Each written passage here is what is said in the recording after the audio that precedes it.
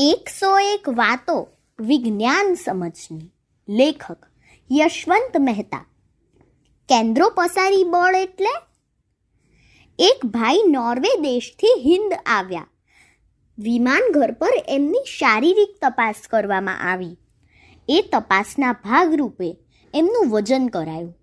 એ નવાઈ પામી ગયા કે મારા દેશથી હું વિમાનમાં બેઠો અને થોડા કલાકમાં દિલ્હી ઉતર્યો, એટલી વારમાં મારું વજન 300 ગ્રામ જેટલું ઓછું કેમ થઈ ગયું? ખાવા પીવામાં કે બીજી કોઈ જ રીતે મારા શરીર પર કશી અસર નથી થઈ, તો વજનમાં ફેર કેમ?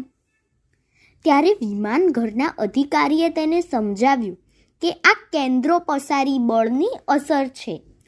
તમે પૃથ્વીના ધ્રુવ પ્રદેશ એટલે કે પોલથી કે એની નજીકના પ્રદેશની જેમ વિષુવવૃત્ત તરફ જાઓ તેમ તમારું વજન ઓછું થતું જાય, કારણ કે પૃથ્વી પોતાની ધરી પર ઝડપથી ફરે છે.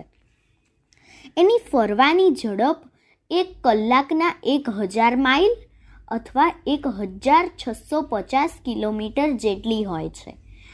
આટલી ઝડપે ફરતી પૃથ્વીની સપાટી પરની કોઈ પણ ચીજ વસ્તુ બહાર અવકાશમાં ફેંકાઈ જવી જોઈએ.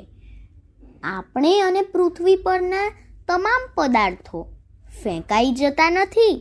એનું કારણ પૃથ્વીનું ગુરુત્વાકર્ષણ છે. આ કેન્દ્રો પસારી બળના આપણા અનુભવના ઉદાહરણમાં જોઈએ. તમે ક્યારેક મેળામાં કે ફોનફેરમાં મેરીગોરાઉન્ડની સહેલ માણી હશે. ગુજરાતમાં એને ફજર ફાળકો કહે છે. આ એક ગોળાકાર રચના હોય છે કે જેમાં ફરતા ફરતા ઘોડા, હાથી, હંસ, વાઘ વગેરેના મોરાવાળી બેઠકો લટકાવી હોય છે. આ બેઠક પર બાળકો બેસી જાય પછી મેળાના માણસો ફજર ફાળકો ફેરવે છે. શહેરમાં વીજળી વડે આ ફજર ફાળકાને ફેરવવામાં આવે છે.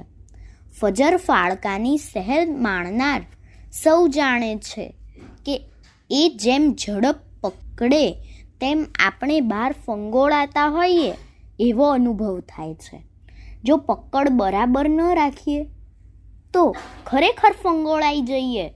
આ કેન્દ્રથી દૂર ધકેલાવાની ગતિ છે. કેન્દ્રો પસારી બળનું પરિણામ છે. આ બળનો ખ્યાલ આપતો સાદો ઘરગથ્થુ પ્રયોગ પણ આપણે કરી શકીએ. આ માટે એક છત્રી અને એક જરાક હળવો દડો જોઈએ.